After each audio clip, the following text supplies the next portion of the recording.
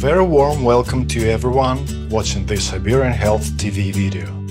My name is Yuri Gichev and I'm the Scientific Director of Siberian Health International. This video series is all about adaptogens, the unique natural essences found in several rare plants which have a very limited natural habitat confined to a rather narrow but a very long strip of land on the border between southern Siberia and China. The very term adaptogen is derived from two Latin verbs, adaptare, which means to adapt or to get fit, and generare, which can be translated as to give life to start a process, or simply to support. And thus, taken together, the word adaptogen means an agent which helps a person to more easily adapt to any changes, both internal and external. This term, which is now in wide use everywhere, was firstly proposed by the famous Siberian scientist Nikolai Lazarev in late 1940s.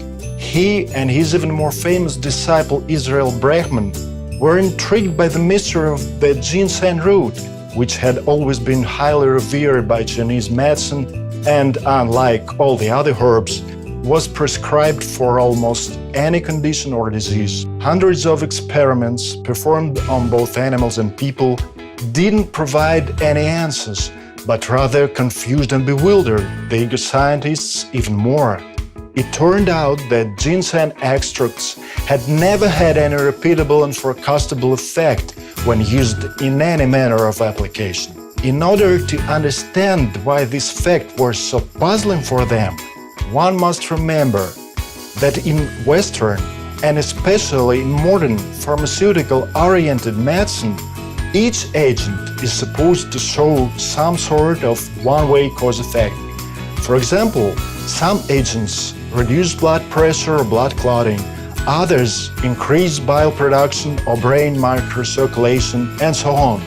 And no matter what the condition of the body is, the effects will be always the same. Nothing of that kind could be said with regards to ginseng. Depending on its dose and, what's even more important, depending on a patient's state of health, ginseng extracts can act in completely opposing ways.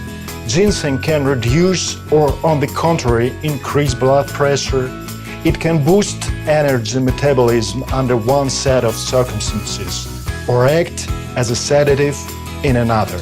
Attempting to understand this phenomenon, Lazarev and Brachman have ultimately identified the key principle of the physiological effects of ginseng as well as all other adaptogens. Adaptogens do not focus on any disease-related process as most pharmaceuticals do, but instead their one and only goal is a normally functioning body. If, for example, under the certain circumstances, our body functions more effectively when blood pressure is low, adaptogens will dilate blood vessels. If, on the contrary, our body needs to increase it, adaptogens will increase blood pressure. Thus, unlike many other herbs and especially pharmaceuticals, adaptogens do not fight certain disease processes, improving anything, or make one better, and so on, which we would think to be what medicines should do. Adaptogens just keep a normal balance in an entire body, regardless of a specific illness, organ, or system. And that's why ginseng is so widely used in Chinese medicine for almost every condition, including those diseases which require diametrically opposed treatments in Western medicine. But how can adaptogens bring about this miracle?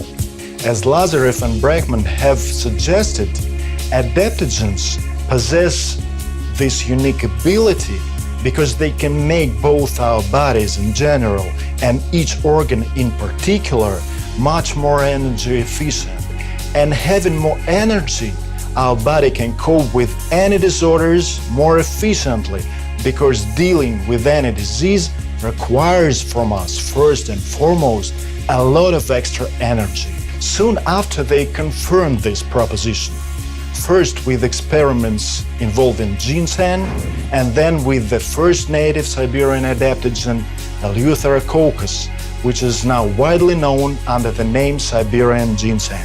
Adaptogens indeed showed an ability to optimize the work of energy-producing cellular enzymes, and thus to get more energy from the same quantity of carbohydrates or any other biological fuel.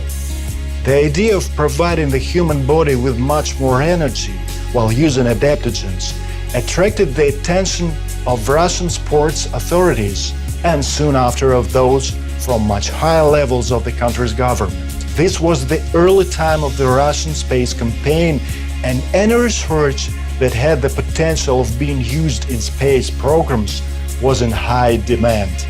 That's how Lazarev and Brachman got heavy sponsorship to proceed forward with their studies. Chinese ginseng was very expensive, and so these two scientists turned their eyes towards the vast resources of their native Siberia in search of domestic substitutes for ginseng.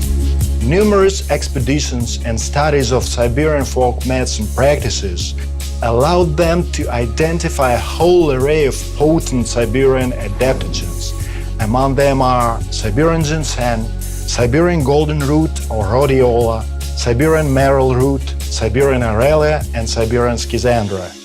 Numerous studies, experiments, and scientific articles conducted and written by Lazarev and Brachman made such terms as adaptogen and adaptive medicine well known in the entire world, as well as Siberian ginseng and other Siberian adaptogen supplements. All the above-mentioned Siberian adaptogens plus Chinese ginseng are combined together in the Adaptogen formula, which is an ultra-rich and extremely powerful adaptogenic oral spray supplement produced in Siberia by Siberian Health International. This patented high bioavailability oral spray was developed in early 1980s by one of Brachman's disciples, and it is now already 18 years that it has been produced and sold by Siberian Health.